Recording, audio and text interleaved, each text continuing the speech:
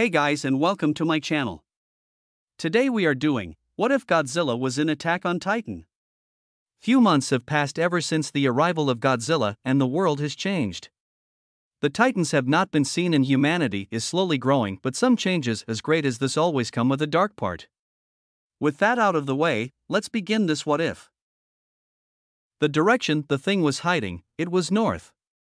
The crystals covering his flesh was obviously the change he spoke of. He couldn't believe the old man had been warning him all along. Warning him about this, how the hell is this possible? Eren yelled. He is dead. Berlot is dead, I think he'd disagree with you on that. Sasha said, the regeneration factor. Hang said, all Titans possess this power. Perhaps a small piece of him survived. While the humans debated, Berlot got to work. He pushed hard on the tower, using all of his might to dislodge it from the ground. Once loose, he pushed it into the ditch, collapsing it on Godzilla. The heavy crystal knocked the dinosaur to the bottom of the pit. It was heavy, but not enough to do more than knock him down and leave a few bruises. Using his strength, Godzilla used his claws to break the crystal in two and free him from it. A few hundred feet away, Reiner and Ymir watched. Have to admit, Ymir said, that was a clever trap, it won't be enough. Reiner said in a grim tone, while the crystal titan laughed at his foe. Godzilla propped the fragments properly enough to make a short step assist, allowing him to crawl out of the hole. Berlot watched as his rival emerged without a scratch. The two shared a gaze with one another. Both knew each other instantly and what this was about. This was a grudge match, and only one was going to leave here alive. Godzilla shot a blast at him, but Berlot's newly acquired speed allowed him to dodge in time. The Colossus slashed at Godzilla, using his hand like a slashing dagger, emitting sparks on contact. Caught by surprise, Godzilla flinched down. Godzilla opened his mouth, ready to fire again. Berlot was prepared for this. Forming a large shard of crystal from his hand, he shot the projectile into Godzilla's mouth, plugging it up. He couldn't risk firing, so he had to lift his arms to take it out manually. With the large reptile distracted, Berlot charged in, ready to slash again at his face. This forced Godzilla to use his arms as defense, blocking the hyperactive slash attacks from touching his face. Using his tail, Godzilla tossed Berlot aside and into a thick patch of forest. While his foe was picking himself up, Godzilla shattered the crystal with his jaws. Free from the handicap, Godzilla wasted no time at all and blasted Berlot with a spiral beam, engulfing his opponent in radioactive heat. The Survey Corps cheered on, celebrating prematurely. Reiner and Ymir thought they had lost. But the fog had cleared. Berlot was alive, not just alive, he was completely unaffected by the Saurian's signature attack, by deliverance. Maul said in fear. No one was more surprised than Berlot himself. How in the world did he survive that? Even Godzilla stared in confusion as the Crystal Titan examined himself. It then came to him, the change affected him in other ways. This gave him an idea. If he could survive this, what else could he do? Berlot marched forward, heading towards the great predator. Godzilla shot more bursts of radiation, hoping to at least knock him over and give him some time to figure something out. But like the waves on the shore, it just washed over him with little to no effect. Finally, the humanoid monster caught up to him. The hands of the two kaiju clashed against each other. Godzilla struggled to push Berlot away. With one final shove, he tossed the Titan down to the ground. Once down, Godzilla bombarded Berlot with a series of stomp attacks onto his stomach. While in pain, the Crystal Titan waited patiently. Once he inched his head close enough to Godzilla's other leg, he chomped down hard on the scaly calf of his mortal enemy. Roaring in pain, Godzilla began to beat Berlot with his fists in a panic. But Berlot refused to let go. The bite isn't affecting him. Armin said, last time, they couldn't do that without killing themselves. Whatever changed to him must have something to do with it. Mikasa said, those crystals on his body might be protecting him. Come on, Predator, Eren screamed in his head, fight back. There has to be a way. Eventually, Godzilla had managed to tear Berlot off his leg, removing a decent chunk of flesh in the process. Berlot stood up with a slab of dinosaur meat in his maw and swallowed hard. It almost looked like Berlot was taunting Godzilla. Why would he do that? Reiner asked. He's supposed to kill the predator, not show off. I think you forgot how Titans work. Ymir said. Reiner thought about it for a second. Then he smiled, realizing what Berlot was up to. The battle continued as the giants clashed once more. Realizing that his heat beam wasn't going to work, Godzilla switched to physical tactics. Once he had an opening, Godzilla punched Berlot's face continuously. With a quick turn, he whipped Berlot away with his tail. Berlot got back up and dashed forward. Leaning to the left, Godzilla dodged the attack but managed to grab hold of Bertolt's right leg. Godzilla beat Berlot onto the ground like a dirty rug over and over, crystal fragments flying all over the place. In a panic, the Titan formed a small crystal blade in his right hand. Holding it like a dagger, he stabbed it into Godzilla's shoulder. The amount of pain Godzilla felt allowed him to break free. Ready to attack again, Berlot punched Godzilla right in the stomach, but Bertolt left himself wide open, leaving enough room for his opponent to uppercut him in the jaw and then backhand him to his knees. Once kneeled down, Godzilla kicked Berlot twice. Then he used his tail once more to beat the Titan mercilessly. Bertolt tried to construct a crystal to shield him, but it didn't last long against Godzilla's might. Once more, Godzilla picked up the humanoid and tossed him into the cliffside. Berlot quivered in pain. He couldn't handle any more attacks. Godzilla opened his jaws, ready to finish him with a bite to the throat, but before any move could be performed, something happened. Berlot's body began to glow. Godzilla was surprised, completely taken over by curiosity. What's happening? Connie asked. Oh no. Hang said, what? Mickey asked, remember that theory I came up with not too long ago? Hang said. About what really happens to their victims, I do. Armin said grimly, Titans absorb traits and abilities from those they devour. Then that means, Eren said, horrified. As they spoke, the transformation occurred. Each and every one of Berlot's unstable cells began to shift and adapt. His genetic coding became more and more erratic as the traits became fully absorbed. The small patches of white flesh grew, covering the exposed muscle. The crystals on Berlot's back grew. His hands and feet were now crystalline claws that almost resembled battle gauntlets. The most painful change of all was the long, thin tail covered in crystal emerging from his spine. Bertolt finally stood back up, fully transformed. Any part of his body not covered in skin were purple crystals. His eyes now had a yellow tint to them and his teeth were sharper than ever. Bertolt's plan had worked. He was now a combination of what the crystals had changed him into and Godzilla's might. He was a Titan no more. Instead, he was something new and even more powerful, for now he was Crystalak. Bertolt gazed at his hands, amazed by the transformation that he had experienced. Crystals now cover his body like a set of armor. He felt like he could take on anyone and anything with this newly acquired power. But first thing was first, destroy the great predator. Godzilla charged in as quickly as he could, not wanting to waste time figuring out this new threat, but Berlot leaped over him, dodging the attack. Godzilla charged in again. The same outcome occurred.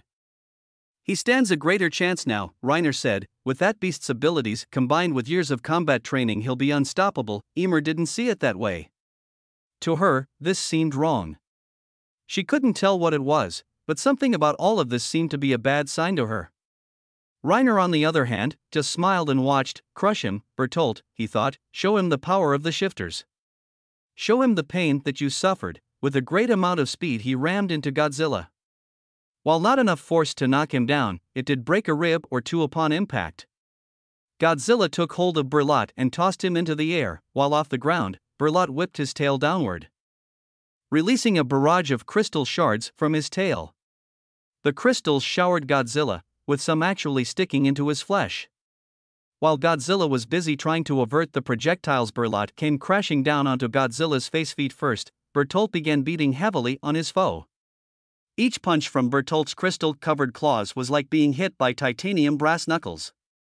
Godzilla had to find a way to get the crystal colossus off of him. Using his tail like a carjack, he flipped over, taking Berlot to the ground with him. After the grand slam, Bertolt crawled his way out of Godzilla's reach. Godzilla took hold of Berlot's neck, holding him half Nelson style. The important thing was keeping his teeth away as much as possible. No need risking Berlot a chance at becoming a super mutant. Bertolt focused intensely, thinking of something he could use. He inched his tail close to Godzilla's face. Before he could react, Bertolt's tail fired another round of crystal shards right into the dinosaur's eye. Screaming in pain, he let the crystal fiend go, scrambling desperately to remove the crystals from his face. Bertot, of course, wasn't kind enough to allow this.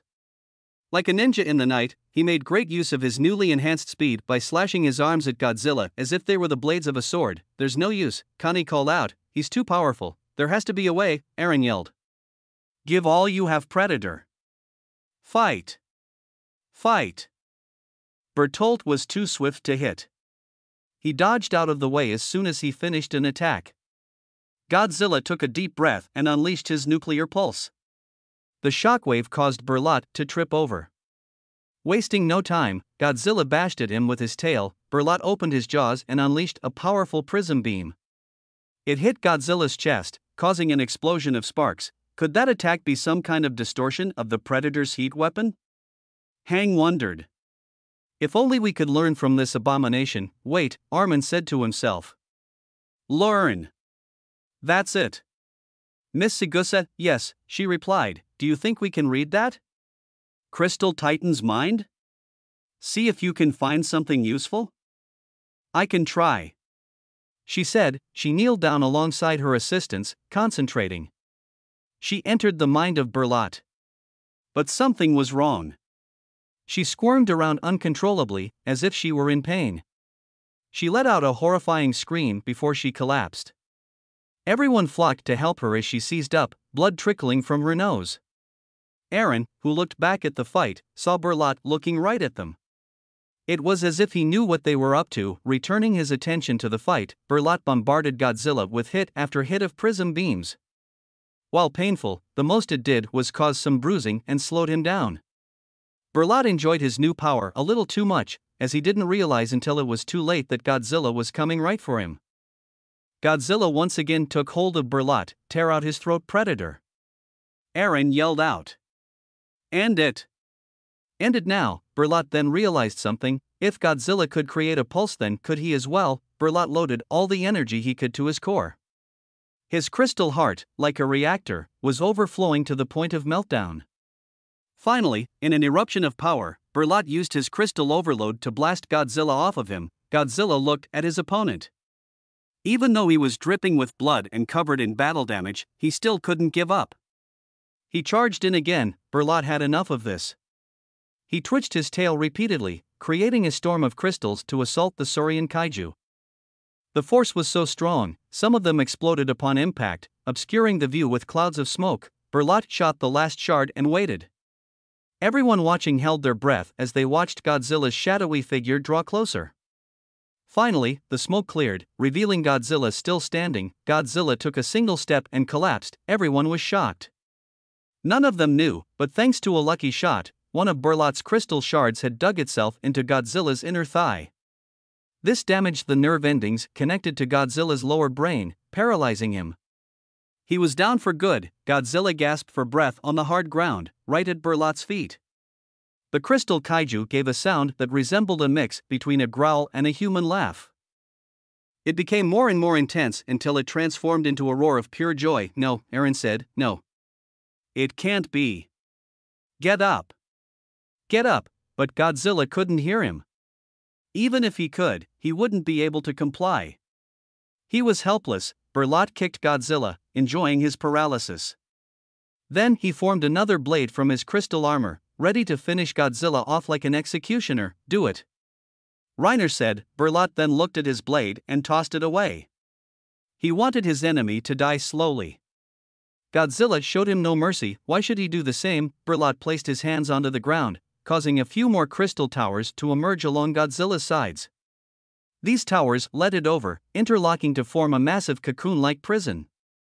The only part of him that was left alone was his head. It was possible Bertot wanted him to watch him walk away. What? Reiner said, confused. Don't walk off, finish him. Keeping him alive ruins the plans. Go back and kill him. Bertot walked off regardless, returning to the crystal base from whence he came. But not before giving Eren and his crew one last glance. Suddenly, Mickey stood up. Her eyes were closed, but her mouth opened, speaking in a voice exactly like Bertot's. Let the image sink in, Survey Corps. Your kind is next. After that, she fell back down. Berlot looked away and continued marching off. An hour had passed. Everyone was too frightened to speak. Berlot just defeated the most powerful force this world had ever seen. No one knew what to make of it. Finally, Mickey awakens. Miss Segusa. Mal cried out, "Easy, Miss Segusa." Lara spoke softly, "Don't try getting up so fast." They propped her up gently. She seemed a little woozy, but all right. What happened back there? Mikasa asked. It was strange, she answered slowly. It felt like I was inside 100 different minds at once. The stress must have knocked me out. That makes sense, Hang said. Perhaps they absorb memories and mental activity when they devour living things. You might have actually been inside 100 minds at once. This day just keeps getting stranger and stranger. Jean groaned. Anguirus hovered his head over Mickey. Looking concerned, "I'm fine, thank you," she said, possibly answering him. Anguirus brushed himself against Sasha, trying to comfort himself. Instead, he knocked her over into the mud. This caused her to lose it. "All right, that's enough," she shouted loudly. "Get it through your enormous skull. I am not your mother, not your herdmate. Hell, I'm not even the same species as you." "Sasha," Mikasa said, "please calm dash." "No," she snapped back, "I'm not calming down. Mickey keeps saying how smart this thing is, how it's just like us. It's not like us. If it was as smart as we are, then why can't it take a simple hint that I want nothing to do with him?" Anguirus was becoming frightened now. Her tone was really starting to upset him. He backed away into the trees. "What was all that for?" Connie said. "He's just a baby. Not to mention he risked his neck for you." "I don't care," she said. "I'm just glad to finally have some breathing room." "You're all missing the point," Eren yelled out. "Right now, the Colossal is back and more powerful than before. He sent us a message, one we should be figuring out before it's too late." Everyone was quiet. It was obvious that everyone was in a state of panic, taking it out on each other. The silence was broken by Mickey. "I think I might know what he meant," she said. "I remember seeing something inside his head." Meanwhile, back at the mass of crystals, Reiner had some things he wanted to get off his chest. "Why did you just leave him there?" he yelled at the crystal monstrosity. He was right there, incapacitated and ready for the slaughter. "You had your chance to kill him right there." Berlot paid him no mind at all. He kept advancing toward the great crystal tower. "Don't you ignore me," Reiner continued. "You go back and finish the job so we can continue the mission." Again he was ignored. In frustration, Reiner grabbed the biggest chunk of loose crystal he could find and threw it at the back of Berlot's leg. It shattered on impact, but it did catch his attention. Berlot turned, glaring at Reiner. "That's better," Reiner said. "Now listen up. We've dash." Berlot placed his foot down, trapping Reiner between his toes. While Reiner struggled to break free, Berlot bent down to meet his face. The expression he had wasn't hard to make out. "Go ahead, make a move." "Berlot, stop this," Ymir said, pulling out her blades. "We are your comrades. Don't make us have to hurt you." With a quick flick of his tail, Berlot launched a few shards at her, pinning her clothing to the wall and leaving her stuck. "What are you doing?" Reiner said, finally wriggled free from Berlot's foot. "Whose side are you on?" Berlot reached for Reiner, who dodged the attack by grappling onto the wall. Again and again. Berlot was resembling a man trying to catch a fly. Growing bored with this, he shot a few shards from his hand. One managed to sever the line and cause him to fall. Berlot grabbed Reiner. He slammed the shifter onto the same wall that Ymir was trapped onto, forming a cocoon-like trap to keep him there. "What's all of this about, Berlot?" Ymir demanded. "What's your game?" Berlot looked at his former teammates. He guessed he did owe them an explanation. He placed his hands on the tower. Like before, he created a tall blue crystal. The shifters watched as the images began to form. It showed Berlot defeating Godzilla. Afterwards, he looked at the titans and humans roaming the lands. With great fury, he stomped every last one of them into the ground. But he wasn't done yet. He found out the hiding place of the beast titan. After a short struggle, he devoured the hairy behemoth like a savage beast. With the beast titan's knowledge at his disposal, he created more crystal axe, just as beast had created titans before. With a new race of crystal kaiju on the planet, they dominated over both humans and Titan alike. As the tower collapsed, it hit Reiner like a trolley. He didn't want to help their cause, he wanted to end it. He wanted to put an end to this war between man and Titan. In its place, he wanted to usher in a new age for the planet by recreating it in his own image. Mickey had finished her story. She explained what she had seen inside Berlot's head, his plan to eradicate both humans and Titans alike. That's what he wants? Connie said, our extermination? Why the hell would he want that? I guess those crystals did more to him than we thought, Mikasa suspected. We have to go back. Sasha said, why should we? Jean asked, shouldn't we be after him right now? Sasha's right, Jean, Mobilt answered. He's too strong. All of us together isn't enough against whatever he's become. We'll at least need reinforcement, possibly more research and weaponry as well. Eren couldn't help but stare at the fallen kaiju, trapped and helpless inside his crystal prison. The only hope they had, which wasn't much, lies with the great predator. He had to get him out of there. You all go. He said, what? Maul said, all of you go back, warn everyone, and get everyone to safety. We need all the help we can get. He said, I'll stay behind. I'll find a way to get him out of there. Eren, Mikasa began. Just go, he yelled. There's no time to argue. All right, Hang said, but I'm leaving Connie with you for backup, right? Connie replied, and I will go with Eren as well. Lara stated, are you crazy? Sasha said, you'll get killed out there. Given the circumstances, Lara said, it's a possibility for all of us right now. Besides, my telepathy might aid them with those creatures out there. All right then, Nikki said. Be careful out there. Deliverance be with all of you, I'm staying with Eren. Mikasa said, no Mikasa, Eren argued. Not this time. I'm going in without you. This may be hard for you to understand, Eren, she insisted, but like it or not I'm here to protect you no matter how much you dash. This isn't a debate. Eren yelled, humanity needs you right now. I'm just another soldier, and as such I'm obligated to lay my life on the line. I'm just as vulnerable as any of us right now.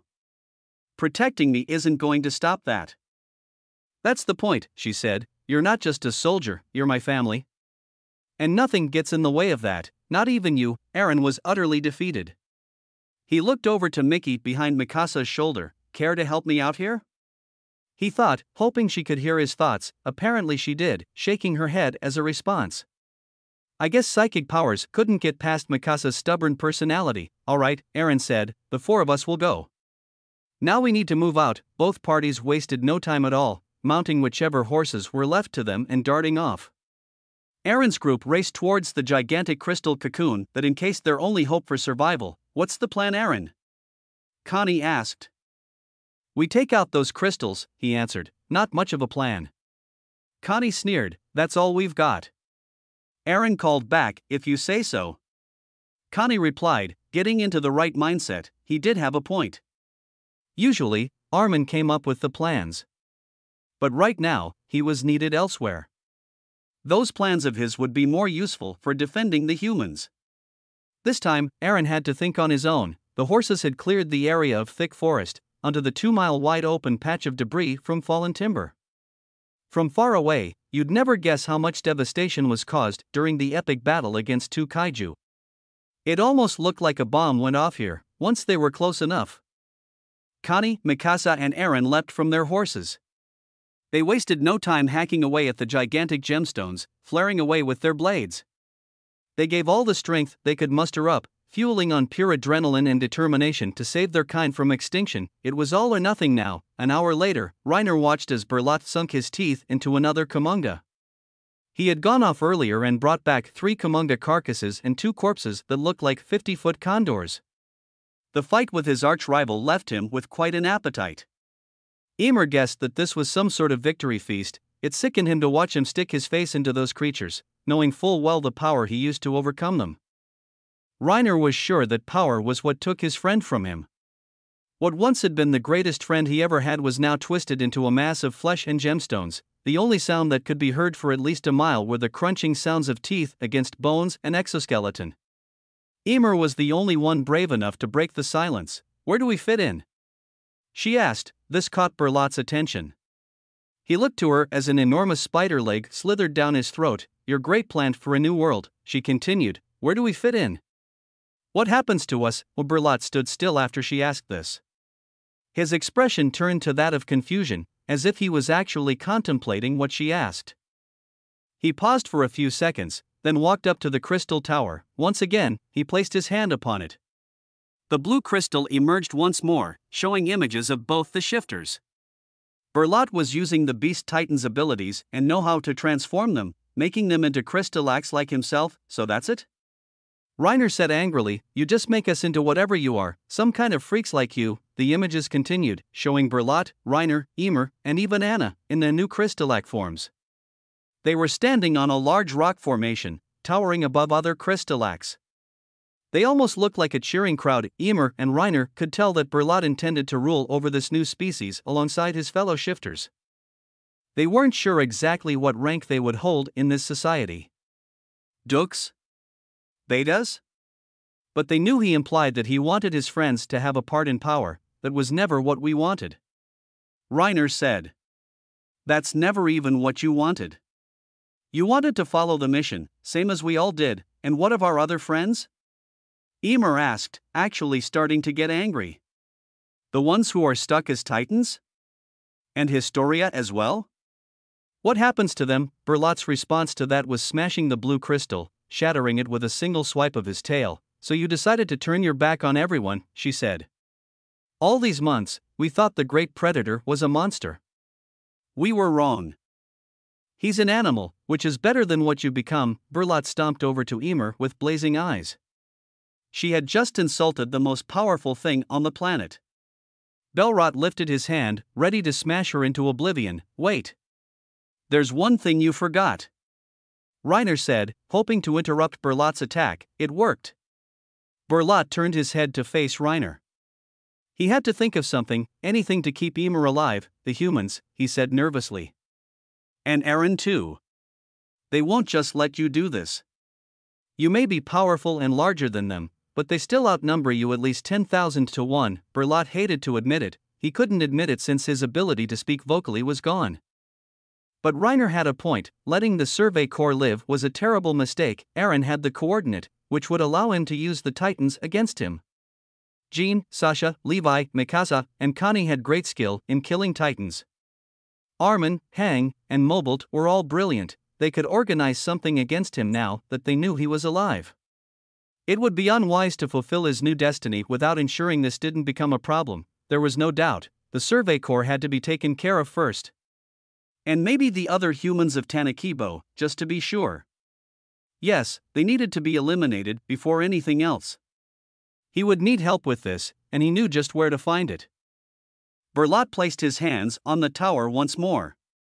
His facial expression looked like he was in immense focus, like he was concentrating on something.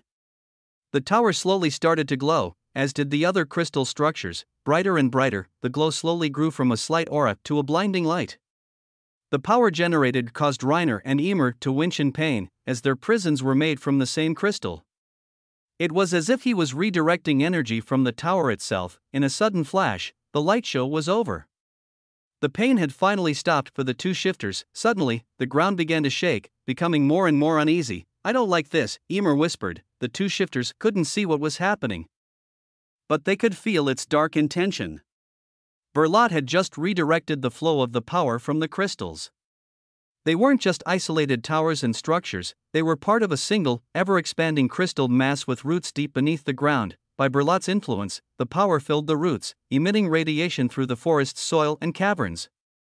With that much radiation over a mile beneath the surface, Berlot had awakened a sleeping giant, or perhaps 1,000 sleeping giants. Meanwhile, it was beginning to turn dark. Connie and Eren had been attacking Godzilla's prison to the point of exhaustion.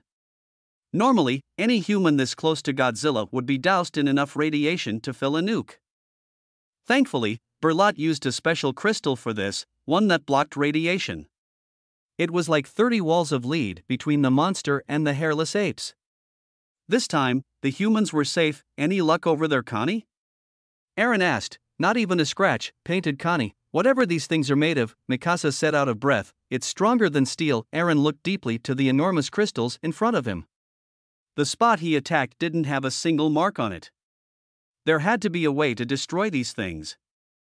There just had to be. His thoughts were interrupted by a loud crashing sound. Before he could respond to it, it happened again, shaking the ground a little. Look, Lara said.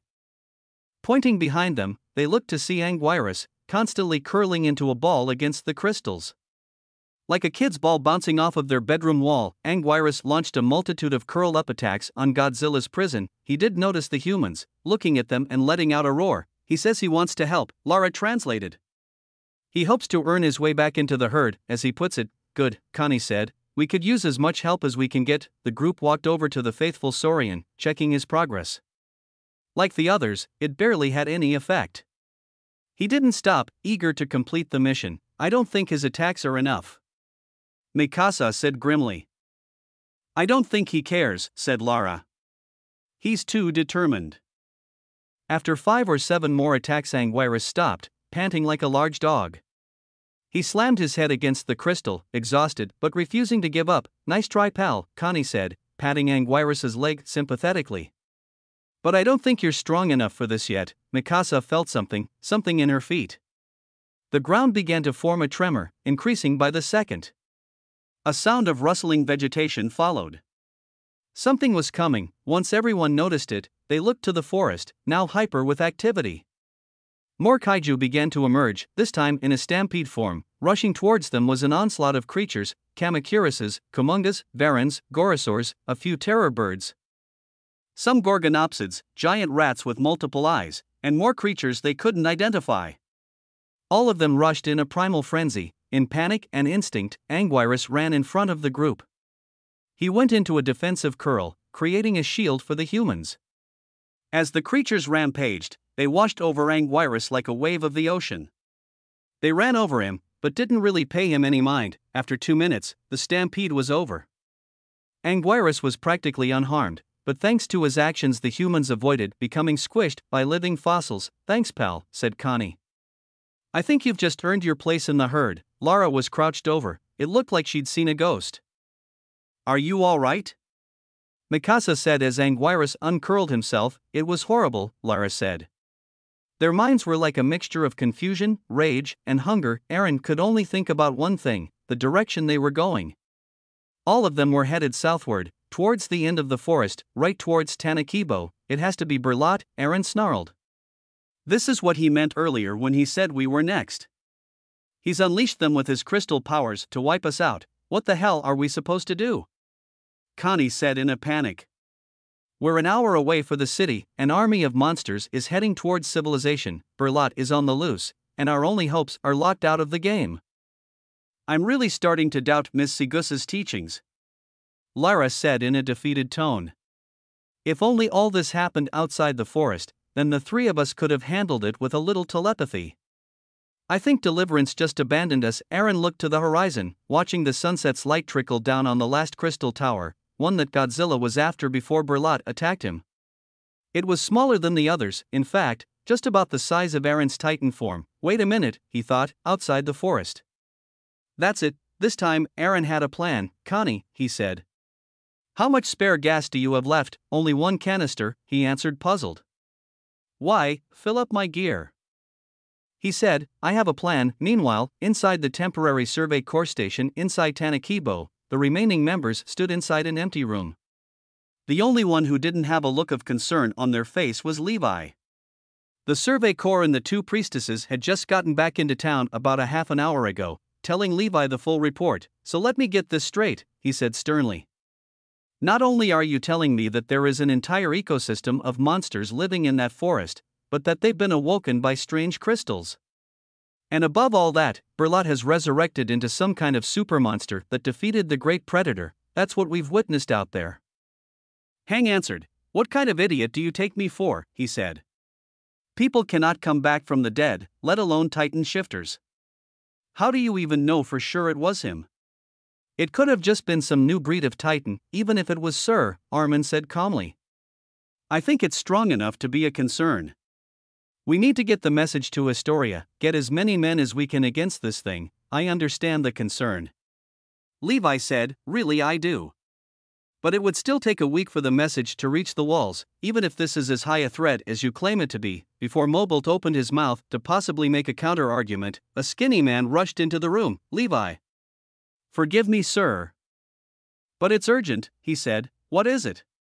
Levi said, sounding annoyed. There's been a flare, the messenger replied. You may want to see this. The group looked outside the window. Luckily, it had a good view of the forest. The trees began to shake violently. A few prehistoric creatures began to emerge slowly from their hideout. Get every man and woman we have out there now. Levi yelled, putting his gear on. And get the civilians to the shelters, we're not losing any more citizens tonight. Meanwhile, Eren made sure his pack was on properly. The gas had just been filled to the maximum. All right, Eren said. I'm ready. Are you sure you're going to follow the plan, Mikasa? She thought for a moment, but not a long one. She didn't agree with one aspect Eren proposed, which involved splitting up. But this time it was life or death. If this didn't work, all of humanity might die, to the letter. She said reluctantly, good. Eren nodded. Anguirus stood above the four humans, nodding in anticipation. Now. Eren yelled. In an instant, Anguirus scooped them up, forming his trademake ball formation with the humans inside.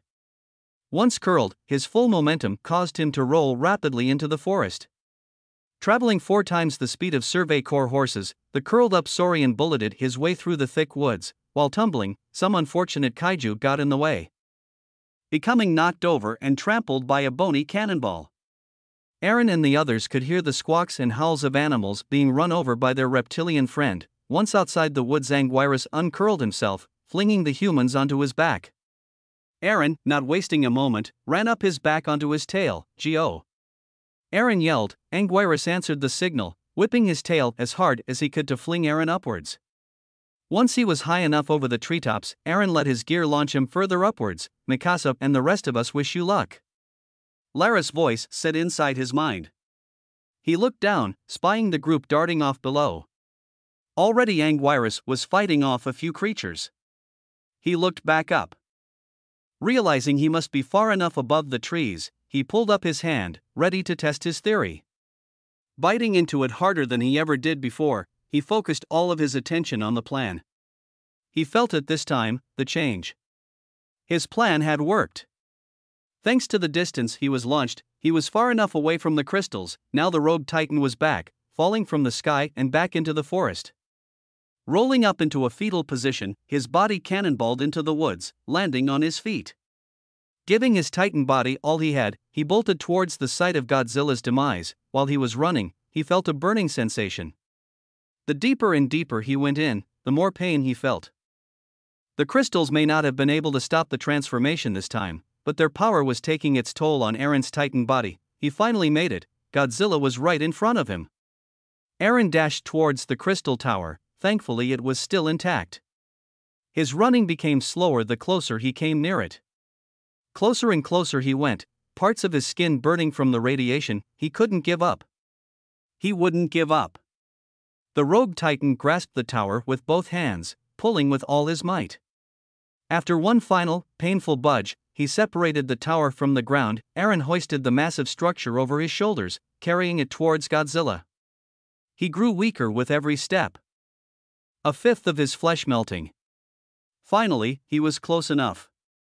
He flipped the structure over, using every last ounce of strength he had left to use the tower as a weapon, smashing a large portion of the crystal cage off of Godzilla. Finally too weak, he tossed the massive crystal aside, sliding it near the great predator's face. Eren's titan body, now more liquid than flesh, expelled Eren from the neck. Unable to withstand any more radiation, Eren watched, praying against all hope that this might work. Godzilla's head finally moved. His nostrils flared in the direction of the crystal. Slowly, he opened his mouth. Eren watched with anticipation as Godzilla orally took in the crystal's power. Once the last ounce of power was drained, he pulled himself up, shattering the remains of his cage. That dose of power was what he needed. Even if the damage to his lower brain had been healed thanks to his regeneration abilities, he used up the majority of radiation he had in doing so. Thanks to Eren, he was now back to his regular strength. Yes. Eren yelled out. It worked! It worked! Godzilla let out a roar, signaling his intent to continue the fight. Godzilla looked down, straight into Eren's eyes. Eren didn't know why, but he felt like this was some kind of way of thanks.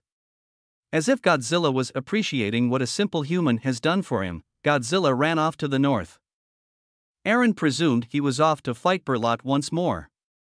With his plan successful, he bolted in the opposite direction. He had to get to Tanakibo, help the others in the fight. Running as fast as he could, he noticed something. A Kumonga was running off, late to rise for the cause the other kaiju had already awoken for. Using his gear, he managed to get onto the spider's back. Thanks to this new mount, he would get there in no time at all, but Eren's presumptions were only half right. Godzilla was planning on defeating Berlot. But he had to make a stop first.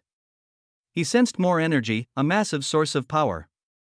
Power he needed to destroy his rival. In a short run, Godzilla found Berlot's secret hideout. It took no effort for him to shatter the outside wall of crystals. Reiner and Ymir, still imprisoned in crystal, looked in shock as Godzilla tumbled his way. Impossible. Reiner gasped. Godzilla made it to the massive central tower, placing his claws on its surface. His spines grew brighter and brighter, practically sliding the night sky. He needed all of it, every last bit of power these crystals had. As he absorbed, he began to grow. His skin darkened, with his spines glowing a violent shade of red. Once the tower fell, Godzilla resembled a giant mass of magma shaped like a dinosaur. He absorbed all the power of the crystals, obtaining critical Massachusetts, and he planned to use it to finish this fight once and for all. That's it for this part. I hope you guys enjoyed this part. If you want more, like this video, hit that notification bell, and maybe even give a comment on your thoughts on the video. With that being said, I'll see you all in the next video.